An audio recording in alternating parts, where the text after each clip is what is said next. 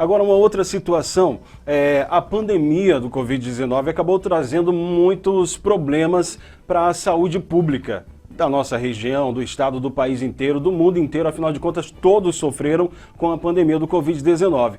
E a Lemes, a gente continua falando sobre a Assembleia Legislativa de Mato Grosso do Sul, tenta ajudar a solucionar dívida de 495 milhões de santas casas e filantrópicos. A gente vê a matéria também.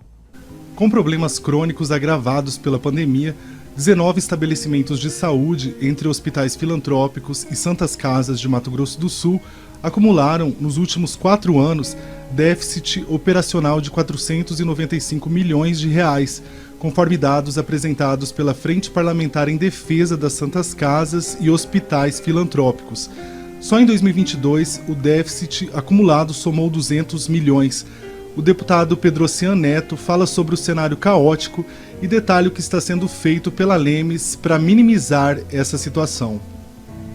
Apesar do caráter heterogêneo desse grupo, eles têm em comum uma situação financeira e fiscal muito complicada, que nós vamos demonstrar com relação a esses números, com um déficit acumulado de mais de 200 milhões de reais no ano de 2022 e que, portanto, precisa do poder público de uma série de medidas para que a gente possa, se não resolver a totalidade desse déficit, mas pelo menos mitigar, reduzir, para que as santas casas e os hospitais filantrópicos não entrem em risco de colapso. Uma série de critérios que nós estamos pegando de algumas legislações, lei da transparência, lei das estatais, lei das licitações e condensando num marco regulatório cuja ideia é nós apresentarmos e construirmos a 4 mãos aqui na Assembleia Legislativa, junto com os hospitais e também com o governo do Estado e construir uma nova forma de relacionamento entre o governo do Estado e os hospitais filantrópicos.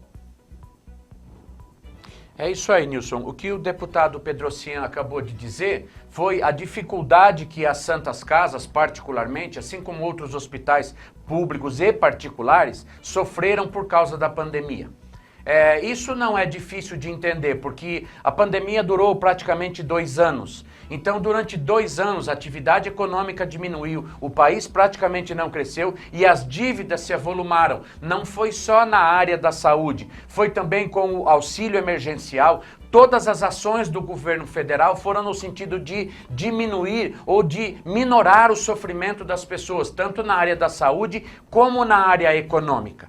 E é muito normal que isso ainda demore 2 ou 3 anos para que o Estado, para que o país consiga colocar as contas em dia. E isso não é uma coisa só do Brasil ou do Mato Grosso do Sul. Isso é um problema mundial. Gastou-se muito recurso federal de cada país para conseguir diminuir o sofrimento da população em todas as áreas. E agora precisa repor o caixa. Isso é uma coisa muito normal. Imagina que a sua família passou por um período de 2 anos com problemas de saúde. Vocês fizeram empréstimo no banco, usaram um cheque especial, cartão de crédito. Então, não há recursos para pagar isso em 2 ou 3 meses. Então, vocês vão, de repente, fazer um empréstimo grande para sanar todas as contas e pagar tudo isso durante 2 ou 3 anos. É o que o governo federal está fazendo, apesar dos apelos do deputado Pedrocian, isso vai levar um tempo. Não há recursos para poder cobrir todas as despesas em virtude da pandemia, Nilson. E a fala dele, que com certeza precisa ser destacada, é a importância de todos os poderes públicos estarem unidos, de mãos dadas de fato, trabalhando com esse intuito. Né? Porque as santas casas, os hospitais filantrópicos precisam da ajuda para que eles possam funcionar e atender bem a população. É verdade, Nilson. Nós temos um problema com relação a isso. Nós temos as necessidades básicas na área da saúde e a gente tem necessidades de estradas, de ferrovias e todas essas coisas. E o governo federal quer fazer tudo ao mesmo tempo. Isso não vai dar certo. Isso não vai dar certo.